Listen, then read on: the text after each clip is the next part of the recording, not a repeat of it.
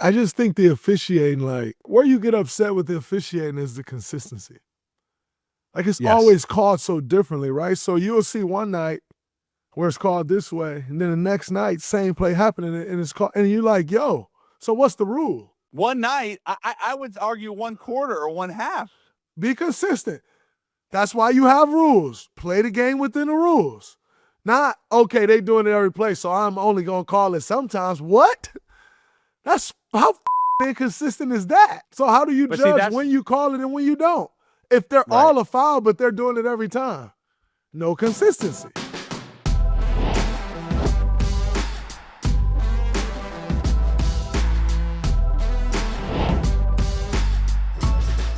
Welcome to the holiday edition of Why is Draymond Green? Talking about football with me, Jordan Schultz, presented by Fanatics Sportsbook. I am NFL insider Jordan Schultz. I'm joined as always by NBA champ and NFL super fan Draymond Green. First, we want to wish everyone a Merry Christmas and Happy Holidays from us. And we hope you're staying warm and getting ready for some great NFL action. Merry Christmas to everyone out there on this beautiful, wonderful day. Hope everyone's enjoying their families. It's not a holiday season, Dre, if you can't air some grievances. Draymond, this week, we're going to dive into our biggest grievances with the NFL. But first, a word from our friends at Fanatics. Other sportsbooks just don't hit right, and as the regular season winds down, Fanatics Sportsbook is giving you even more reasons to make the switch. During the holidays, Fanatics Sportsbook has offers and boosts you can use across the entire football slate. And on top of that, you earn up to 10% fan cash on your bets, win or lose. So even if a bet doesn't hit, you're still getting something back. Just check the Fanatics Sportsbook app.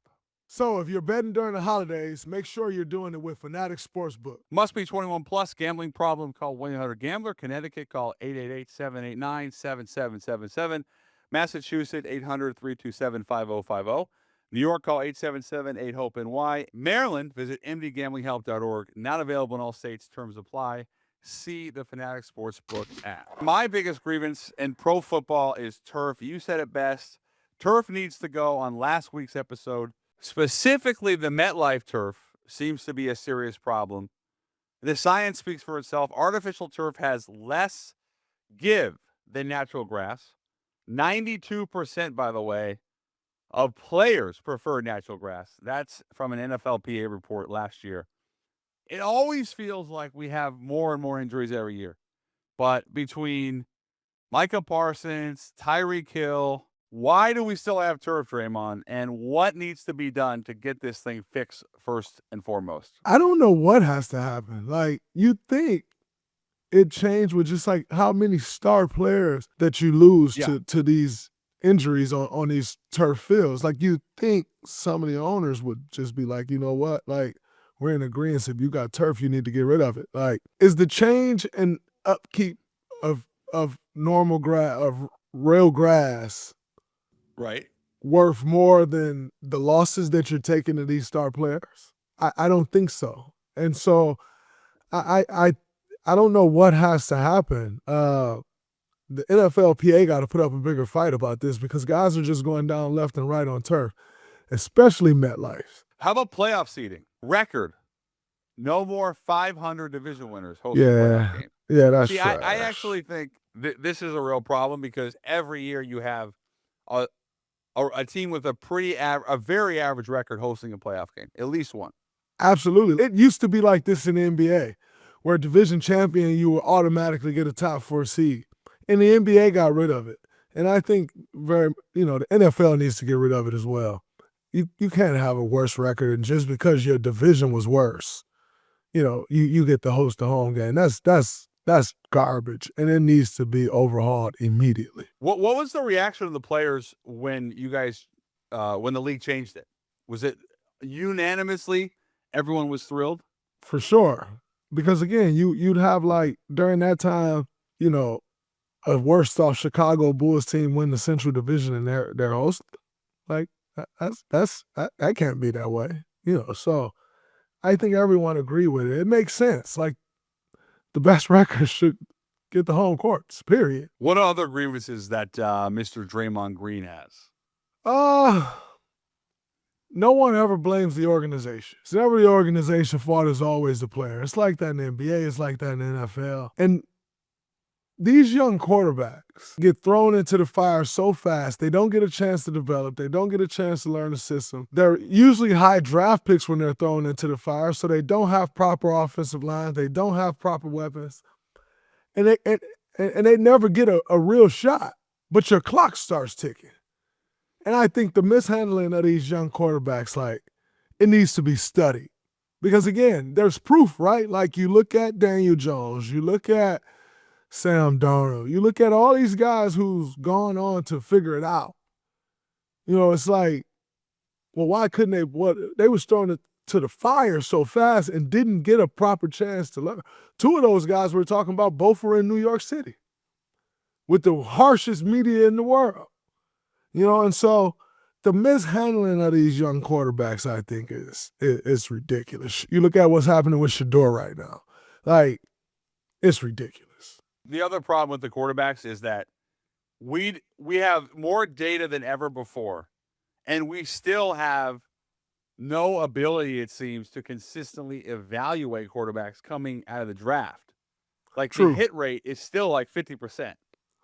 Which is unbelievable. You would think that we would know how to evaluate quarterbacks. True, but I think it's also just a tough position. Like the amount of guys that you're going to get that's going to be able to play at that level, at that position, I think is just slim. The one of our amazing producers listed too many international games. I don't have an opinion on this. I'm curious though, if you feel like the concept has gone from being this exciting transition to playing internationally to now where we've lost some of the juice, because now we're not only doing it more and more, but we're doing it on different continents. The NFL is going to open in Australia next season. Is it too much? I don't think so, and I don't give a as much as we travel. Right, I don't have a soft spot for it at all. You take the cake, yeah. Even with the travel to Europe and back, an NFL team still don't travel more miles than us. I don't give a Go play the games. If you were playing on an NFL team, you would give a Guess what? And they don't give a that I'm in Indiana on a soft Tuesday in January and it's snowing. That's fair. My biggest grievance for the holiday season, by far, NFL refs. You knew that's where I was going. Yeah. It is the oldest and yet most relevant argument NFL fans, players, media, everyone has. Because every year we are consistently disappointed with the refs. It's like it gets worse. Like you think it gets better, but it gets worse. And they're giving more and more tools to like be able to help them. So much tech. And they just and it just gets worse. Like it almost feels intentional at times. Like just like, yo, how did you miss that? Like I saw that. And I'm not trained to officiate. Right. Like, I saw that. It gets worse. It's unbelievable, man. It's unbelievable. Yeah, the hardest ones to evaluate are probably pass interference because it's so fast. That's a very subjective call. Roughing the passer, I don't know if it's as hard to evaluate, but it's become, I mean, it's out of control. You can't touch the quarterbacks. Like you can't. You really can't. It's unbelievable. Like they're part of the game too. You can't touch the quarterback. Like some of the rules I agree with, right? Like you shouldn't be able to hit them low, right? Like, right, cool. Because that's protecting the game. 1000%. When it starts to get as crazy as it's gotten, and now it's spiraled out of control, it's not protecting the game anymore. It's hurting the game. Yeah. Yeah, so like those types of things I agree with, but some of it's just too much. Well, also like defensive players are a part of the game too. Yeah. And there is, I would say, almost to no room for error for defensive players. And they're playing so fast, going downhill. I can't tell you how many guys have told me, not just this year, but over the last few years, do you think I have in my mind enough time to think, oh, I'm going to go hurt this guy right now? I'm just trying to make a play. 1000%. On the make a tackle, whatever it is. It's not malicious. It's just this is football. We're taking football out of football. That's the problem. I agree. I think in the NBA as well, like the defenders don't get the benefit of the doubt. Offense always gets the benefit of the doubt. And it's like that in football. It's like you watch a receiver and a cornerback headed upfield, downfield, and the receiver push off. So once the receiver extend his arm and push off, the cornerback grab his arm because he pushed him off, and then they call a defensive pass interference. But he just pushed off on me, so I can't hold the arm as he pushed. We're both illegal, but you won't let that go. Defense never gets the benefit of the doubt, and that's whack. Well, also, the defender has as much right to the ball as the offensive player. So if I'm a corner and there's a 50-50 ball and there's a receiver, we're right next to each other, and we both have the same right to that football, but it feels 1,000%. like it doesn't feel like that's the case when you watch an average NFL game. 1,000%. I agree that you should have the same right to the football, but if we get to the football at the same time and we make collision, they're going to call it on the defense, and that's not for fair. sure. Yeah. The biggest question mark in football still: what is a catch and what is not a catch? It's hard to believe that in almost 2026, DG, we still don't really know what a catch is. I just think the officiating, like, where you get upset with the officiating is the consistency. Like, it's always called so differently, right? So you'll see one night where it's called this way, and then the next night, same play happening, and it's called, and you're like, yo, so what's the rule? One night, I would argue one quarter or one half. I think that's where the problem lies when you're talking catching. What's a catch? That goes back to officiating. It's just no consistency. They call it so different based on game to game, crew to crew, referee to, it's just called so differently. It's no consistency. And correct me if I'm wrong, but as a player, especially at your level, NFL, as a professional athlete, the number one thing you want from a referee is consistency, so that you know what you can and, more importantly, what you can't do. I tell the referees all the time, they're like, I'm trying to I ain't ask you, we trying to be perfect too. I ain't asked you to be perfect. I just asked you to be consistent. Because regardless of how you call it, then I can adjust. But if you call it like this for a quarter and you call it like this, then I have no idea on what I can and cannot do. And so I always tell officials that, like, I ain't ask you to be perfect. Just be consistent. You just called that down here, and the same thing just happened. Call it down here. Just be consistent. That's it. What percentage of your texts over the years have been just because of that reason, a lack of consistency with an official? A third? Half? Definitely more than 50. Wow. It's like, yo, just be consistent. I watch games all the time, and I'll be like, oh, that's definitely a flagrant foul. And then, like, they come back, and they be like, nope, common foul.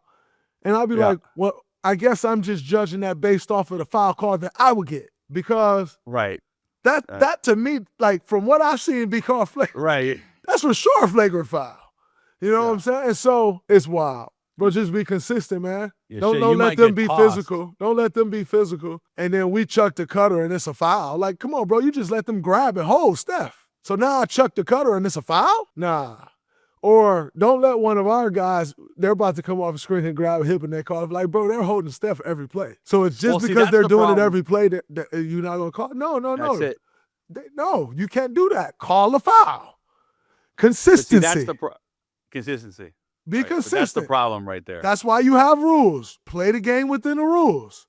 Not, okay, they doing it every play, so I'm only going to call it sometimes. What? That's how inconsistent is that? So how do you judge when you call it and when you don't? If they're all a foul, but they're doing it every time. No consistency. That's the problem, though. If it's happening so consistently, let's say a foul or a PI, whatever, that the ref now thinks like, well, I can't call it every play, that's also a problem. That's a problem. Look, if they want to grab Steph off the ball 5 plays in a row and they get the bonus and the penalty, guess what they're going to do on the 6th one? They're going to stop because they're not going to want to give up them easy free throws. You have to call it the way it's played, man. And this ain't even just about like Steph. That's just my example. I will say that in the NFL, I think it's a little more consistent as far as like, what's the dude named Jawan Taylor? The tackle for the Chiefs. They consistently call him for holding. Consistently. They also got him a lot last year. I think he fixed it on. He was lined up. He was too low. He wasn't. He was supposed to be a straight line. Yeah. With the linemen. Yeah. So yeah, but wait. Do you subscribe to the theory that a playoff whistle is different? That there should be a different whistle? 1,000,000%. It is. I've always been curious. How do players respond to that notion? NFL, NBA, whatever it is. That's a fact. That the It's playoff way more whistle physical. is more intense. It's way more physical. Playoffs are way more physical. Referees are calling less fouls for sure. They're allowing you to play more physical. It is 1,000% different. But I'll be honest with you. I'm actually a little happy the NBA actually has a different whistle in the playoffs. Because if they had that same whistle the whole season, guys would be beat the hell up. Because when you're done with the playoffs, man, your body be like, bro, I'm telling you, every year in the playoffs, mentally, I see guys quit. Like, I've won championships and we won, and like, you could see guys quit and like gas out. And like, bro, what I learned is mentally, like, you cannot allow yourself to be tired. Like, you can't even like allow your mind to process how tired and beat up your body is. And so like mentally, you have to learn to like, in that you have to learn to trick yourself. Like, you cannot process tiredness. You can't. If you do, you're done. So you cannot process it. I'm telling you, I've won championships and I've lost at different stages. The day that it ends, like, I'm just like I just got hit by a truck. Once you allow, right. And once I allow my mind to process, like, oh, I'm dead. It's like I got hit by a truck. So you can't allow your mind to even process, like, you're tired. So I said all of that to say, I can appreciate the playoff whistle being tougher and the regular season not being as, because if you playing playoff basketball for 9 months, it ain't sustainable. There's a great clip in The Last Dance, which I've seen so many times I can't even count. It's my favorite documentary, sports or non-sports, of all time. But there's a great clip when it is 98, Bulls are playing the Jazz, and it's MJ's, not flu game now we've realized, but his sick game, however you want to call it.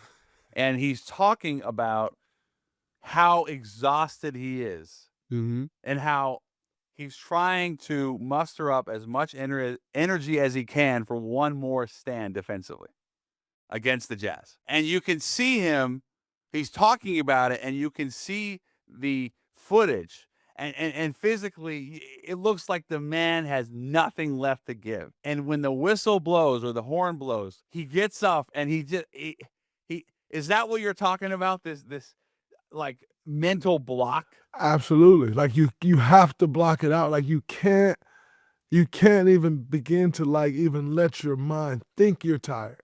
But the moment it ends and you can clear it, like, it's like MJ walking off that court and like holding on the pip.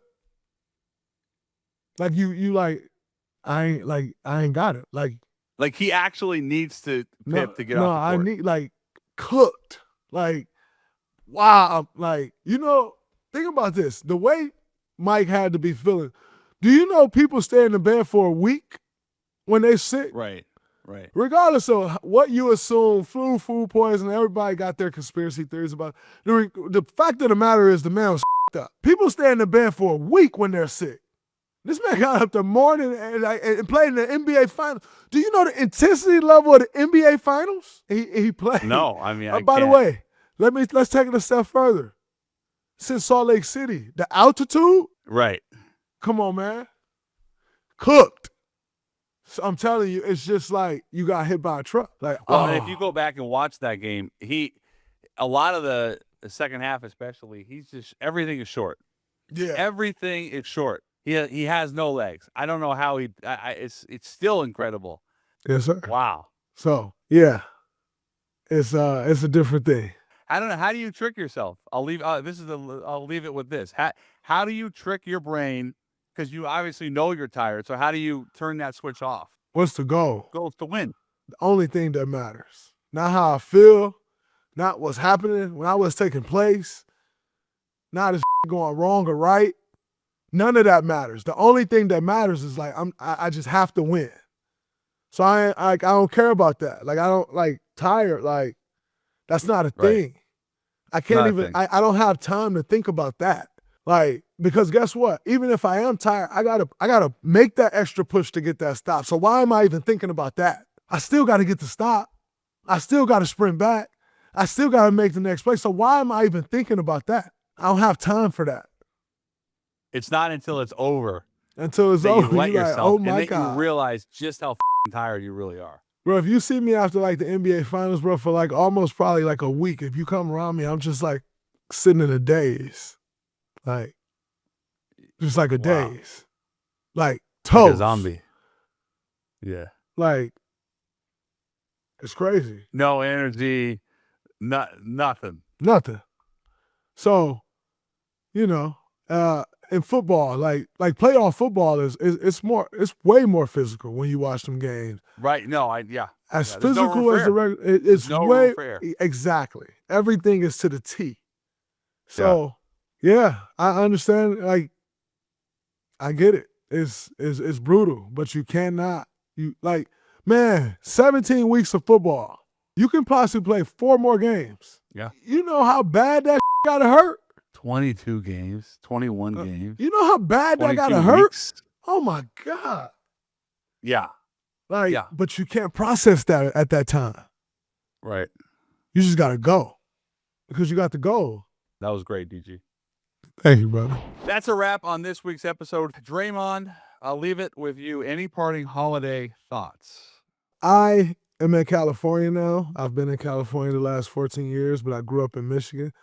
So if you have the opportunity to have a Christmas with snow, enjoy that. I will say I can appreciate my Christmases with no snow, but there's nothing like a Christmas with snow. So enjoy your Christmas with your families. Have a great holiday and a happy new year. Love, peace, and hair grease. It's a wrap. Thanks for watching, and we'll see you next week. Happy holidays. Subscribe right now on YouTube. Follow us wherever you get your podcasts and download Fanatics Sportsbook so you can make your picks along with us.